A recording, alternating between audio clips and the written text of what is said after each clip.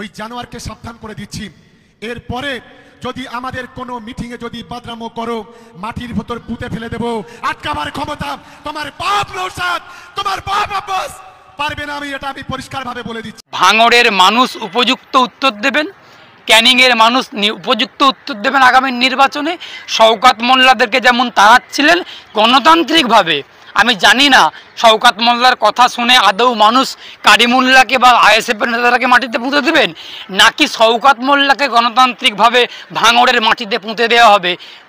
আমি আবারও খুব স্পষ্ট করে বলছি, আমি অ্যাডভোকেট শেখ বাবুলাল, আমি খুব স্পষ্টবাদী, স্পষ্ট করে বলছি যে শওকত মোল্লা যেভাবে গুন্ডামি, যেভাবে নষ্টামি, যেভাবে বর্বরতা, নৃশংসতা, অত্যাচার ভাঙড়ের মাটিতে, ক্যানিংয়ের মাটিতে করে চলেছে তৃণমূল কংগ্রেসের নেতা নেত্রীরা, ওই ভাঙড়ের মানুষ, ক্যানিংয়ের সাধারণ মানুষ ওই শওকত মোল্লাকে, তৃণমূল কংগ্রেসকে গণতান্ত্রিকভাবে, রাজনৈতিকভাবে ওই ভাঙড়ের মাটিতে কবর দেওয়ার ব্যবস্থা করছেন।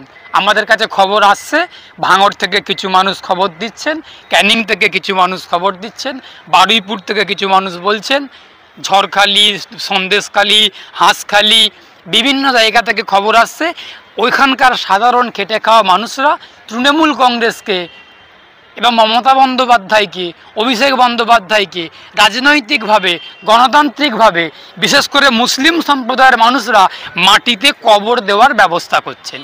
শওকত মোল্লার নেত্রী মমতা বন্দ্যোপাধ্যায়, শওকত মোল্লার দল তৃণমূল কংগ্রেস মুসলমানদের মাথায় টুপি পরিয়ে, ঘাড়ে বন্দুক রেখে, মাথায় বেল ভেঙে খাওয়ার চেষ্টা করেছেন। 2001 আমি আহ্বান জানাবো আপনাদের চ্যানেলের মাধ্যমে যে বিশেষ করে মুসলিম সম্প্রদায়কে বলবো, আমি নিজে একজন মুসলিম সম্প্রদায়ভুক্ত, মুসলিম ধর্মাবলম্বী মানুষ, আমি অ্যাডভোকেট শেখ বাবুলাল। আমি আবারও বলছি, বারবার বলেছি, এখনও বলছি, আগামী দিনেও বলবো, মুসলমান ভাইয়েরা, বোনেরা, আপনারা সতর্ক হন, সচেতন হন। আপনাদের মাথায় বেল ভেঙে খাওয়ার চেষ্টা করছেন, মুসলমানদেরকে ভোট বাক্স হিসেবে ব্যবহার করছেন, আর নিউ টাউনেতে দুর্গাঙ্গন তৈরি করা হচ্ছে।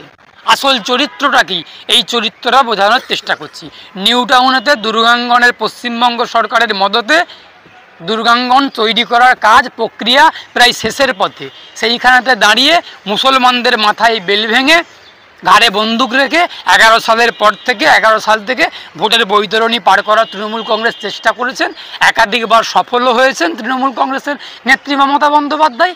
আগামী দিনে মুসলমানরা আশা করি এই বিপথে চালিত হবেন না, তারা ভুল পথে অগ্রসর হবেন না, তারা গণতান্ত্রিকভাবে উত্তর দেবেন, রাজনৈতিকভাবে তারা যে কোনো দলকে উত্তর দেবেন এবং তৃণমূল কংগ্রেসকেও উত্তর দেবেন, একথা বলতে পারি।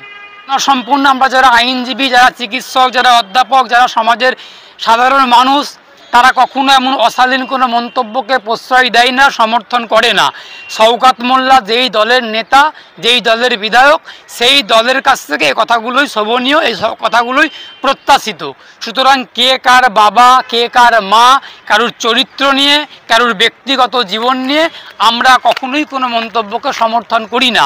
আমি অ্যাডভোকেট শেখ বাবুলাল বলতে পারি, সরকারি সম্পত্তি, সরকারি ভবনকে ব্যবহার করে কোনো রাজনৈতিক উদ্দেশ্যে, রাজনৈতিক পারপাসে ব্যবহার করাটা বেআইনি, অসাংবিধানিক। শওকত মোল্লা যেটা করছেন বেআইনি কাজ করছেন।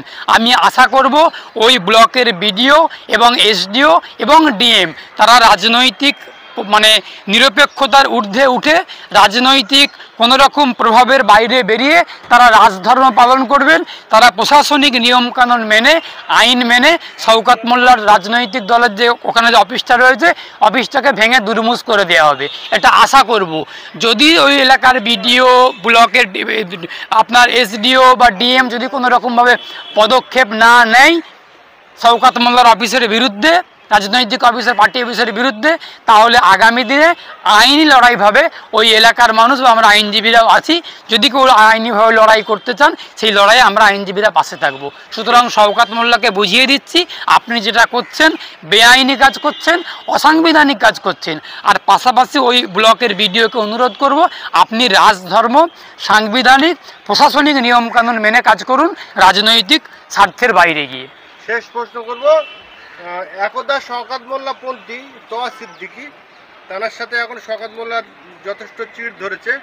বলছেন যে ফুরপুরা শরীফের পাশ থেকে যদি, ওনার পাশ থেকে যদি ফুরপুরা শরীফকে সরিয়ে দেওয়া যায় তাহলে মুখ খিস্তি করে বলেছেন যে কারোর বাড়ি বাসন মাজার যোগ্যতা ওনার নেই।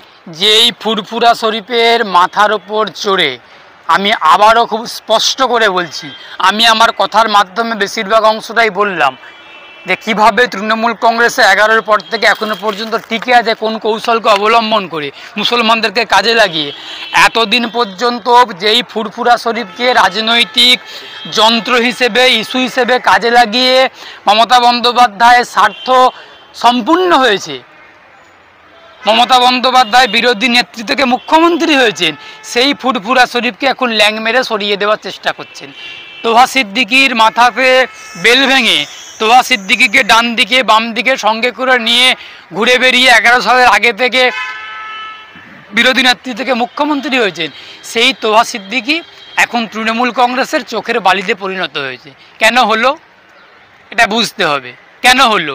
আসলে ফুরফুরা শরীফে বেশিরভাগ পীরজাদারা, ফুরফুরা শরীফের যারা অনুগামী, যারা সমর্থক, যারা